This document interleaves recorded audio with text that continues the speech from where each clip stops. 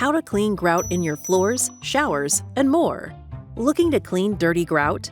We'll show you an efficient cleaning and maintenance routine for your grout.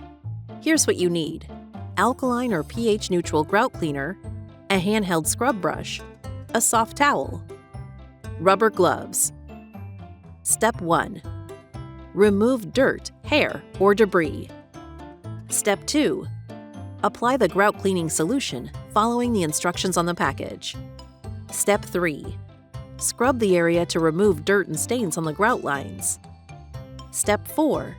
Use a vacuum to suction up leftover dirt or water, or wipe thoroughly to remove any leftover residue. Step 5. Dry the area with a soft towel. Step 6.